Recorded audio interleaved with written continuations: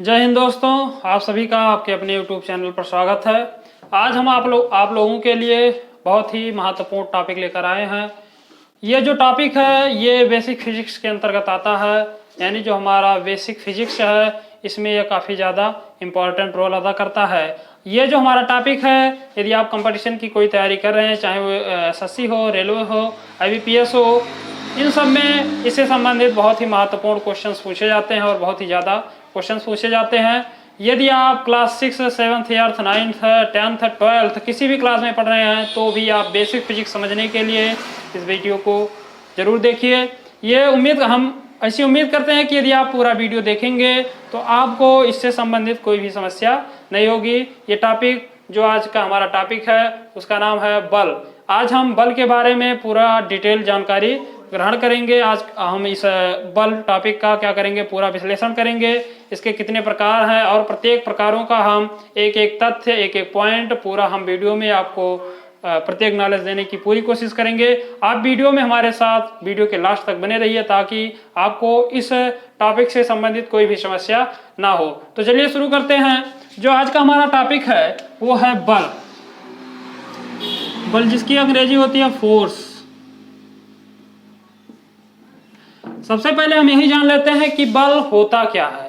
अगर इसकी हम डिफिनीशन की बात करें तो बल क्या होता है कि बल वह बाह्य कारक है जो किसी भी वस्तु की अवस्था में क्या करे, परिवर्तन कर दे या परिवर्तन करने का प्रयास करे, वही क्या होता है, हमारा बल होता है। फॉर एग्जाम्पल के लिए मान लीजिए आप किसी वस्तु को, कोई चीज रखी हुई है या मान लीजिए कोई गाड़ी खड़ी है और क्या करें, उसको आप धक्का लगाकर उसको क्या कर दें, गतिमान कर दें, या यदि वो गतिमान ना हो लेकिन आप उस पर धक्का बल आरोपित कर रहे हो तो यही क्या है, हमारा बल है। यानी उसकी अवस्था को परिवर्तन करने का आपने प्रयास किया।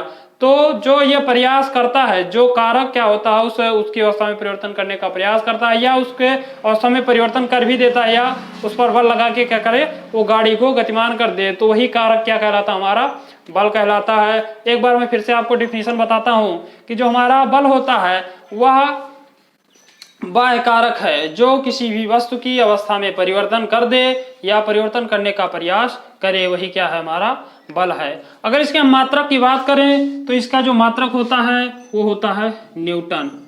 क्या होता है, न्यूटन। ये न्यूटन आप लोगों ने पढ़ा होगा, जिनको हम भौतिकी का जनक भी कहते हैं। इन्हीं के सम्मान में बल के मात्रक का नाम क्या रख दिया गया, न्यूटन। इसका ये जो मात्रक है वो क्या है, एसआई पद्धति में है। और अगर इसका एक क्वेश्चन यहाँ से ज्यादा पूछा जाता है कि सीजीएस पद्धति में बल का मात्रक क्या है, तो सीजीएस सिस्टम में जो बल का मात्रक होता है वो होता है हमारा डाइन। क्या होता है, डाइन। और जो हमारा 1 न्यूटन होता है, 1 न्यूटन बल अगर किसी पर आरोपित हो रहा है तो उसका अगर हम डाइन में उसका मान कोई पूछ ले कि 1 न्यूटन में कितने डाइन होते हैं, तो वो होता हमारा 10⁵ डाइन। यानी 1 न्यूटन इक्वल टू होता है 10⁵ डाइन। यानी 1 न्यूटन का मान जो होता है 10⁵ डाइन के बराबर होता है। तो उम्मीद है आपको बल समझ में आया होगा, इसके मात्रक समझ में आया होगा, और जो 1 न्यूटन होता है वो कितने न्यूटन के बराबर होता है, तो ये 10⁵ न्यूटन के बराबर होता है। ये कुछ पॉइंट्स हैं, इसको आप नोट कर लीजिए। अब आइए हम पढ़ते हैं कि बल के कितने प्रकार हैं। टाइप्स ऑफ फोर्सेस पढ़ते हैं। Type of force. अगर हम बल के प्रकार की बात करें तो जो हमारा फोर्स है, बल है, वो मुख्यतः मेनली जो इस प्रकृति में जितने भी बल हैं वो मुख्य रूप से 4 प्रकार के होते हैं। और इन्हीं चारों बलों को यदि आप डिटेल से पढ़ते हैं तो इसमें जितने भी प्रकार के, इस पूरे पृथ्वी पर जितने भी प्रकार के बल हैं वो इन्हीं चारों के अंतर्गत ही कार्य करते हैं। तो जो हमारा ये 4 मुख्य जो 4 प्रकार के बल हैं उसमें सबसे पहले हमारा ग्रेविटेशनल फोर्स।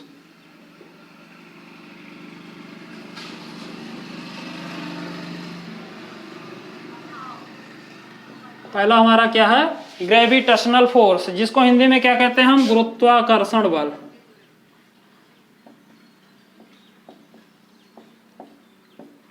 गुरुत्वाकर्षण बल। एंड नंबर 2 जो हमारा है वो है इलेक्ट्रोमैग्नेटिक फोर्स।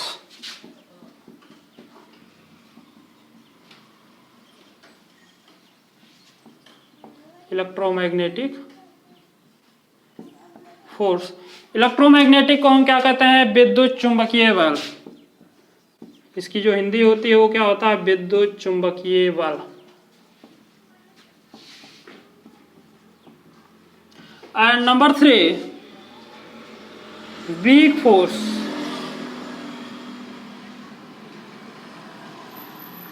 नंबर 3 क्या है? वीक फोर्स, जिसका हिंदी रूपांतरण होता है दुर्बल बल। जिसकी हिंदी क्या होती है? दुर्बल बल। एंड नंबर 4 स्ट्रांग फोर्स, जिसका हिंदी होता है प्रबल बल।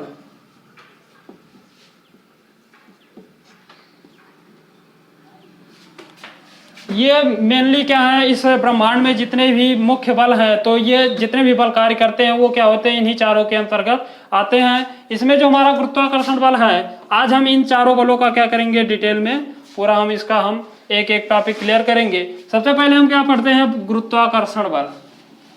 गुरुत्वाकर्षण बल क्या होता है? इस ब्रह्मांड में जितने भी पिंड हैं, चाहे वो खगोलीय पिंड हो या कोई भी छोटा ही कण क्यों ना हो, वो क्या करते हैं? वो उनके द्रव्यमान के कारण क्या करते हैं? एक दूसरे को अपनी तरफ आकर्षित करते हैं। यही बल क्या कहलाता है? गुरुत्वाकर्षण बल कहलाता है। चाहे वो एक छोटा सा पेन हो, या एक बहुत बड़ी पृथ्वी हो, या कोई बहुत बड़ा पदार्थ हो, चाहे वो सूर्य हो, तारे हो, या कोई उपग्रह हो, सभी क्या करते हैं? अपने द्रव्यमान के कारण एक दूसरे पिंड को अपनी तरफ आकर्षित करते हैं। तो ये आकर्षण करने में, दूसरे पिंड को आकर्षण करने में जो बल कार्य करता है, वही क्या कहलाता है? हमारा गुरुत्वाकर्षण बल कहलाता है। जो गुरुत्वाकर्षण बल होता है वो, यदि हम क्या करें, एक किलोग्राम के 2 पिंड ले लें, 1 किलोग्राम के 2 पिंड लें, और उनको क्या करें? 1 मीटर की दूरी पर दोनों को रखते हैं। 1 किलोग्राम के 2 पिंडों को क्या करें? यदि हम उनको 1 मीटर की दूरी पर रखते हैं, तो उन दोनों के बीच जो लगने वाला आकर्षण बल होगा, उसका मान 6.67 × 10⁻11 न्यूटन होता है।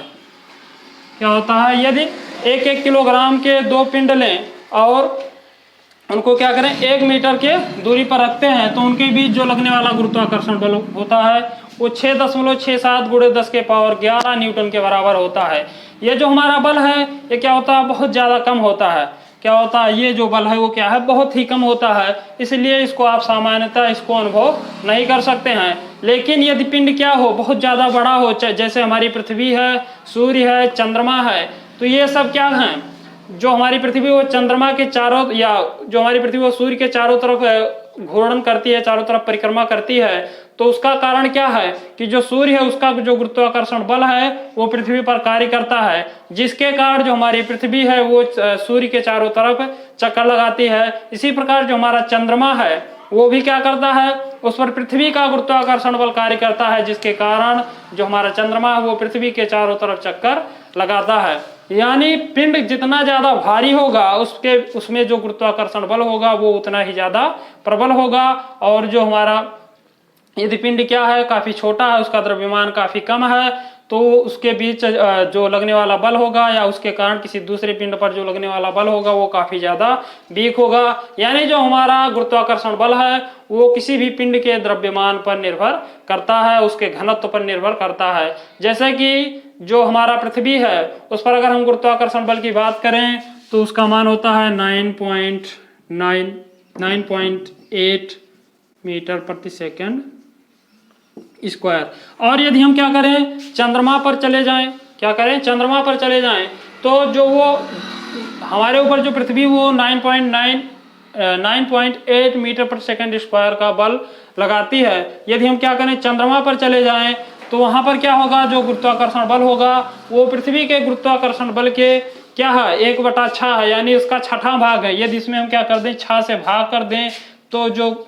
चंद्रमा का गुरुत्वाकर्षण बल होगा वो प्राप्त होगा। तो ये भी एक क्वेश्चन यहाँ से एक पूछा जाता है कि जो चंद्रमा का गुरुत्वाकर्षण बल है वो उसका मान कितना होता है? तो उसका मान जो होता है वो पृथ्वी के गुरुत्वाकर्षण बल के 1/6 भाग के बराबर होता है, या पृथ्वी के गुरुत्वाकर्षण के 6ठे भाग के बराबर होता है। यानी हम पृथ्वी पर यदि 1 फीट कूदते हैं तो जो पृथ्वी होती है वो गुरुत्वाकर्षण बल इसका क्या है, ज्यादा होता है, जिसके कारण हम तत्काल ही यानी तुरंत ही क्या होते हैं, फिर पृथ्वी पर नीचे आकर गिर जाते हैं।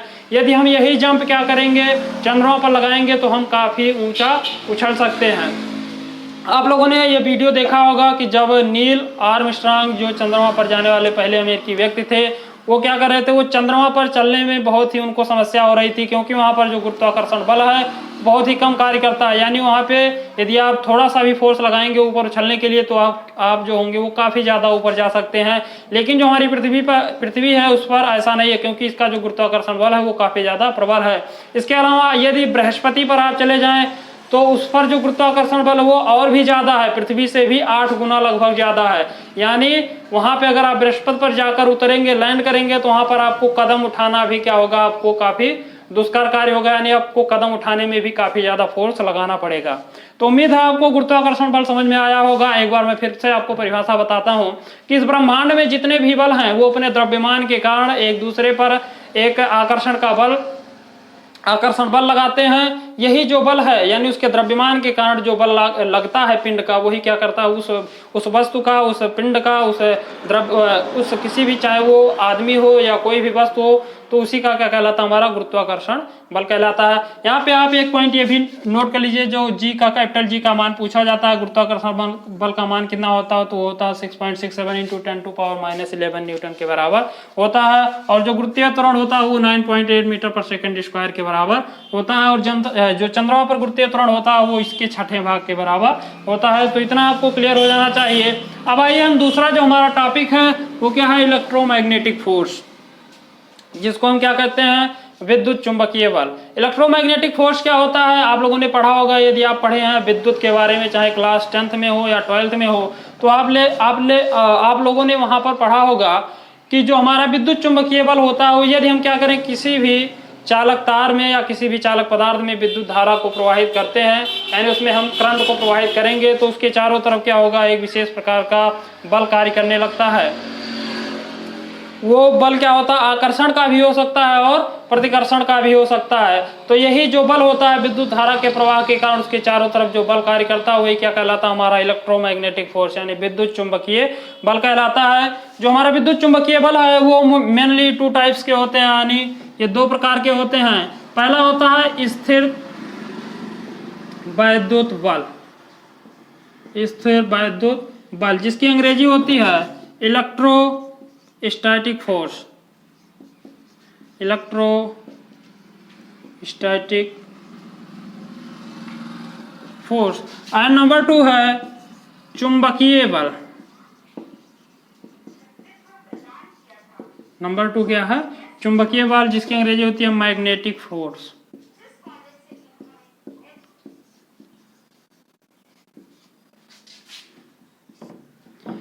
आइए अब हम जान लेते हैं कि स्थिर वैद्युत बल क्या होता है और चुंबकीय बल क्या होता है।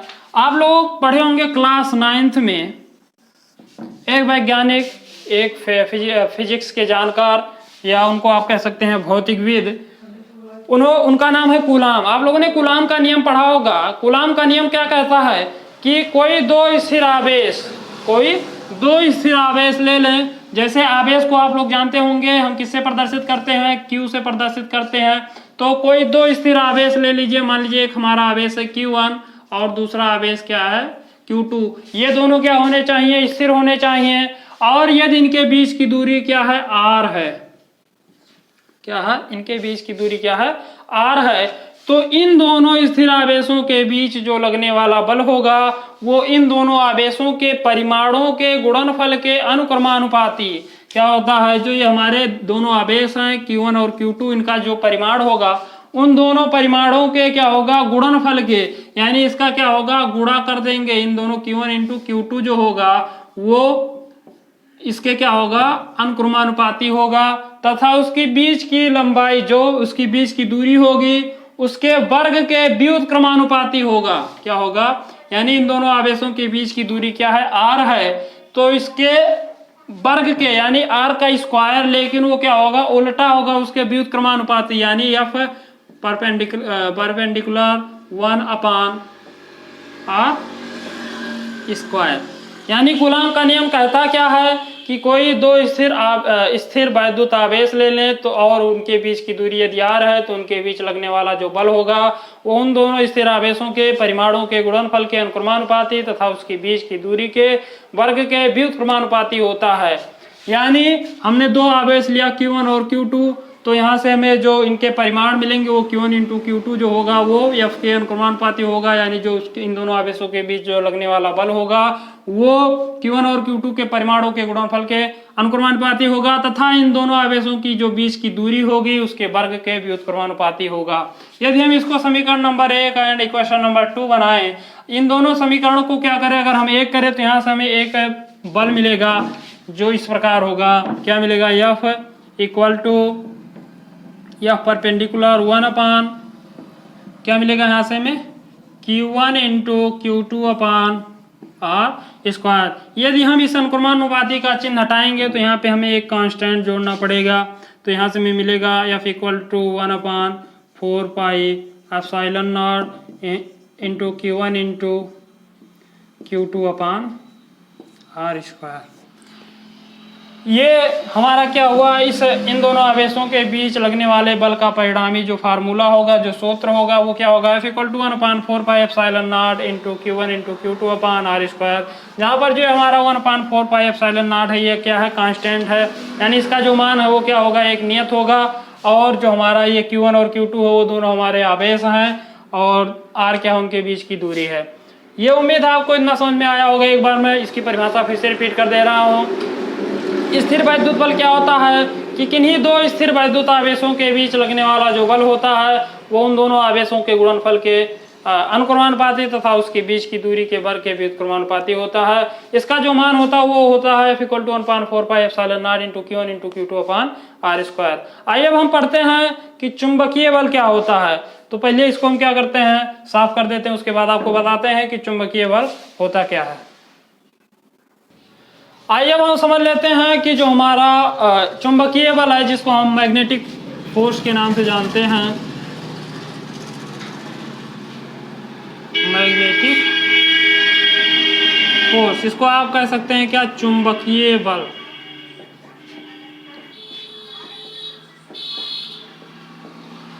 चुंबकीय बल क्या होता है कि किन्हीं दो चुंबक के ध्रुवों के बीच, मान लीजिए आपके पास दो चुंबक है तो उन ध्रुवों के बीच क्या होगा, जो लगने वाला आकर्षण या प्रतिकर्षण। आप लोग जानते हैं कि जब चुंबक के ध्रुव क्या होते हैं, सजातीय होते हैं, समान समान ध्रुव होते हैं। चुंबक आप लोग जानते होंगे, चुंबक यदि आप पढ़े होंगे तो आप लोग ये भी जानते होंगे कि यदि हम चुंबक को क्या कर दें, फ्री लटका दें, यानी किसी धागे से बांध कर उसको स्वतंत्र रूप से लटकाते हैं, तो उसके दोनों जो ध्रुव होते हैं वो दक्षिणी और उत्तरी दिशा की ओर हो जाते हैं। यानी उसको आप पूरा पश्चिम में भी यदि आप उसको रखेंगे तो यदि वो धागे से स्वतंत्र है तो वो हमेशा उत्तर और दक्षिण दिशा को ही शो करता है। यानी जो हमारा चुंबक का एक सिरा जो उत्तर की तरफ होता है वो उत्तरी ध्रुव होता है और जो दक्षिण की तरफ होता है उसे हम दक्षिणी ध्रुव कहते हैं। इसकी अंग्रेजी होती है north pole and south pole. तो आप लोग क्या है, देखिए जो हमारा चुंबक आपके पास दो चुंबक हैं, तो यदि उन दोनों चुंबकों को क्या करेंगे, आप पास पास लाएंगे तो उनमें क्या होगा, दो प्रकार के बल कार्य करेंगे। एक तो होगा कि वो दोनों को आकर्षित कर लेगा और एक क्या होगा, दोनों को प्रतिकर्षित करेगा। यानी उसको यदि आप पास लाने की कोशिश भी करेंगे तो वो क्या करेगा, एक दूसरे को पीछे की तरफ धक्का देगा। तो ऐसा होता क्या है कि यदि आप उस ध्रुव के सजातीय ध्रुवों को, यानी दोनों चुंबकों के नॉर्थ पोल को या साउथ पोल को, उत्तरी ध्रुव या दक्षिणी ध्रुव, दोनों को क्या करेंगे, एक साथ लाएंगे तो क्या करेगा, उनके बीच प्रतिकर्षण का बल लगेगा।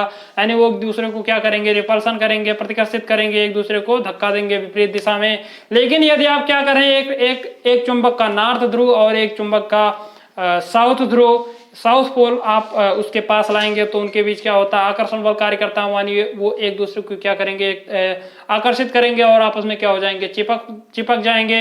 तो यही जो बल होता है दो ध्रुवों के बीच, किसी भी किन्हीं दो चुंबकों के ध्रुवों के बीच जो लगने वाला बल होता है उसी को हम क्या कहते हैं, चुंबकीय बल कहते हैं। मान लीजिए आपके पास दो चुंबक हैं जिनके ध्रुवों की जो प्रबलता है वो क्या है, M1 और M2 है। आपके पास दो चुंबक हैं, एक की प्रबलता M1 है और दूसरे की प्रबलता क्या है, M2 है। और उन दोनों के बीच उनको आप पास लाए और उनके बीच की दूरी क्या है, R है। उनके बीच की दूरी क्या है, R है।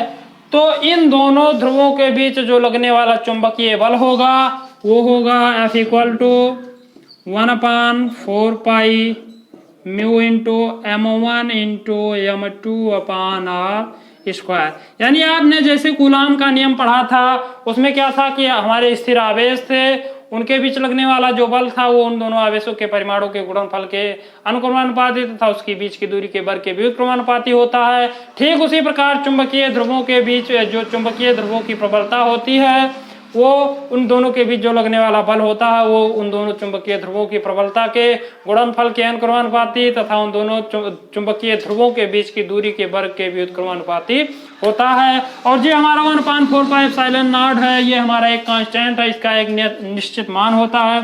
और जो यहाँ पे हमारा म्यू है वो क्या है, माध्यम की चुंबकशीलता है। क्या है, माध्यम की चुंबकशीलता है।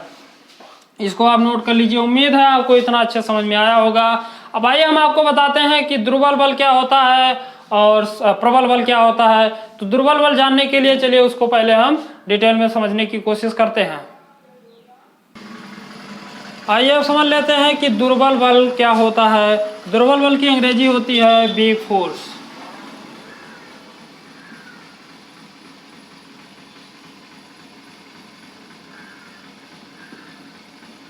दुर्बल बल, दुर्बल बल आप लोगों ने एक चैप्टर पढ़ा होगा रेडियो एक्टिविटी, जिसको हम रेडियो एक्टिवता हिंदी में, उसकी हिंदी क्या होती है, रेडियो एक्टिवता। ये क्या होता है, रेडियो एक्टिवता के दौरान क्या होता है, जब हमारे जो न्यूट्रॉन होते हैं उससे यदि क्या है कि एक इलेक्ट्रॉन, न्यूट्रॉन का क्या है निकलने वाला जो बीटा है, रेडियो एक्टिवता में आप लोगों ने पढ़ा होगा कि उससे अल्फा कण बीटा कण ये क्या होते हैं, निकलते रहते हैं। तो जब निकलने वाला जो हमारा अल्फा कण यानी जो इलेक्ट्रॉन होता है वो नाभिक के अंदर एक न्यूट्रॉन का प्रोटॉन क्या होता है, एक न्यूट्रॉन का प्रोटॉन यानी बीटा कण को हम इलेक्ट्रॉन, जो हमारा बीटा कण होता है वो हमेशा क्या होता है, ऋणात्मक होता है, यानी उसको हम इलेक्ट्रॉन कहते हैं। बीटा कण क्या है, वो हमारा इलेक्ट्रॉन होता है। तो जो होता है इसके नाभिक के अंदर क्या होता है, एक न्यूट्रॉन का जो प्रोटॉन और इलेक्ट्रॉन पर एक एंटी न्यूट्रॉनों के रूप में विघटन के फलस्वरूप ही क्या होता है, ये हमारा जो बीटा कण होता है यानी ये क्या होता है, निकलता है। यानी हम क्या करें, यदि एक न्यूट्रॉन को क्या करते हैं, यदि हम तोड़ते हैं तो इससे हमें मिलता है क्या, एक प्रोटॉन प्लस एक बीटा कण यानी इलेक्ट्रॉन, और हमें क्या मिलता है, एक एंटी न्यूट्रॉनों, क्या मिलता है, एंटी न्यूट्रॉनों। तो यही जो हमारा इलेक्ट्रॉन और जो एंटी न्यूट्रॉनों है इसके बीच जो बल कार्य करता है वो क्या होता है, एक दुर्बल बल कार्य करता है। यानी इलेक्ट्रॉन और एंटी न्यूट्रॉनों के बीच कार्य करने वाला बल ही क्या होता है, हमारा दुर्बल बल होता है। इसको हम दुर्बल बल क्यों कहते हैं, जो इसके बीच लगने वाला बल होता है वो इतना कम होता है कि जो प्रबल बल होता है उसका लगभग 10 के पावर ऋण 13 गुना होता है। क्या होता है, 10 के पावर ऋण 13 गुना के बराबर होता है। यानी जो इस बल का मान होता है वो बहुत ही सूक्ष्म होता है। यानी जो ये बल होता है ये इसका, जब ये बल क्या होता है, इसका मान कम होता है तो इस बल का जो परास होता है वो भी क्या होता है, कम होता है। परास मतलब वो बल कितने एरिया में उस बल का प्रभाव होता है। तो इस बल का जब प्रभाव, परास कम होगा तो क्या होता है कि जो ये बल होता है इतना ज़्यादा इसका परास कम होता है कि इस बल का आप अनुभव केवल उस कण के अंदर तक ही सीमित रहता है। यानी जो हमारा क्षीण बल होता है वो उसका, जो हमारा जैसे इलेक्ट्रॉन है या न्यूट्रॉन, एंटी न्यूट्रॉनों है, तो उस कण के भीतर तक ही इस बल को आप अनुभव कर सकते हैं। अब आइए हम पढ़ते हैं कि जो हमारा प्रबल बल है वो क्या है। इसको यदि आप नोट करना चाहें तो नोट कर सकते हैं कि जो हमारा इलेक्ट्रॉन, जो दुर्बल बल होता है वो प्रबल बल का 10 के पावर ऋण 13 गुना होता है। यानी यह बहुत ही क्या होता है, वीक होता है। अब चलिए जो हमारा अगला बल है वो क्या है, प्रबल बल, जिसको हम स्ट्रांग फोर्स कहते हैं, उसको समझ लेते हैं।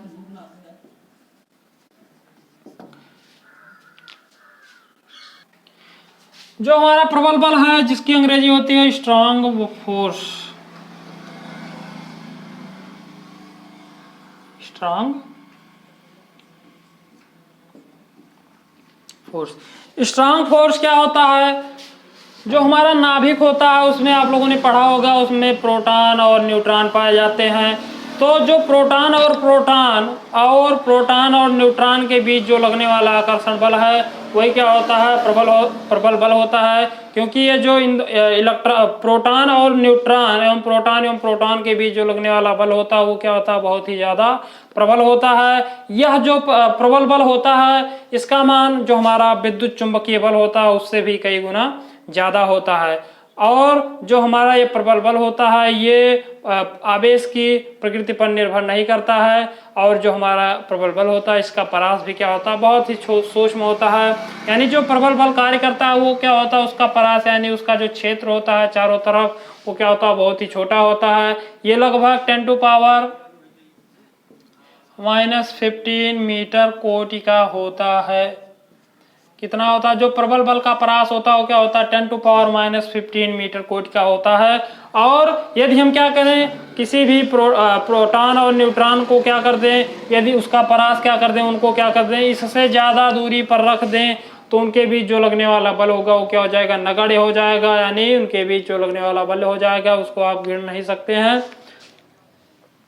अर्थात जो हमारा ये प्रबल बल है ये क्या होता है, ये बहुत ही शक्तिशाली होता है लेकिन इसका परास क्या होता है, बहुत ही कम होता है। यदि उसको हम दूर कर देंगे, इससे ज़्यादा दूरी पर रख देंगे तो उनके बीच लगने वाला जो बल होगा क्या हो जाएगा, नगण्य हो जाएगा। ऐसा माना जाता है कि जो प्रबल बल होता है वो क्वार्कों की क्या होता है, दो क्वार्कों की परस्पर क्रिया के फलस्वरूप ही उत्पन्न होता है। क्या होता है, जो हमारा प्रबल बल होता है वो दो क्वार्कों की परस्पर क्रिया के फलस्वरूप ही उत्पन्न होता है। उम्मीद करते हैं आपको ये वीडियो अच्छी तरीके से समझ में आया होगा। यदि आपको कोई भी समस्या है तो उसको कमेंट बॉक्स में जरूर बताइए। हम अगले वीडियो में उस समस्या का समाधान करने का पूरा प्रयास करेंगे। मिलते हैं अगले वीडियो में। और यदि आप चैनल में नए हैं तो चैनल को सब्सक्राइब कीजिए, वीडियो को ज़्यादा से ज़्यादा शेयर कीजिए और वीडियो को भी लाइक कीजिए। मिलते हैं अगले वीडियो में अगले टॉपिक के साथ, जिसमें अभी हम और पढ़ेंगे कि संतुलित बल क्या होता है, असंतुलित बल क्या होता है, घर्षण बल क्या होता है, घर्षण बल कितने प्रकार के होते हैं, अभिकेंद्रीय बल क्या होता है, अपकेंद्रीय बल होता है। अभी ये सब इन सब के बारे में डिटेल से हमें जानकारी लेनी है तो उसको इन सभी का हम एक अलग से वीडियो बनाएंगे। अब मिलेंगे हम उसी वीडियो के साथ, तब तक के लिए धन्यवाद।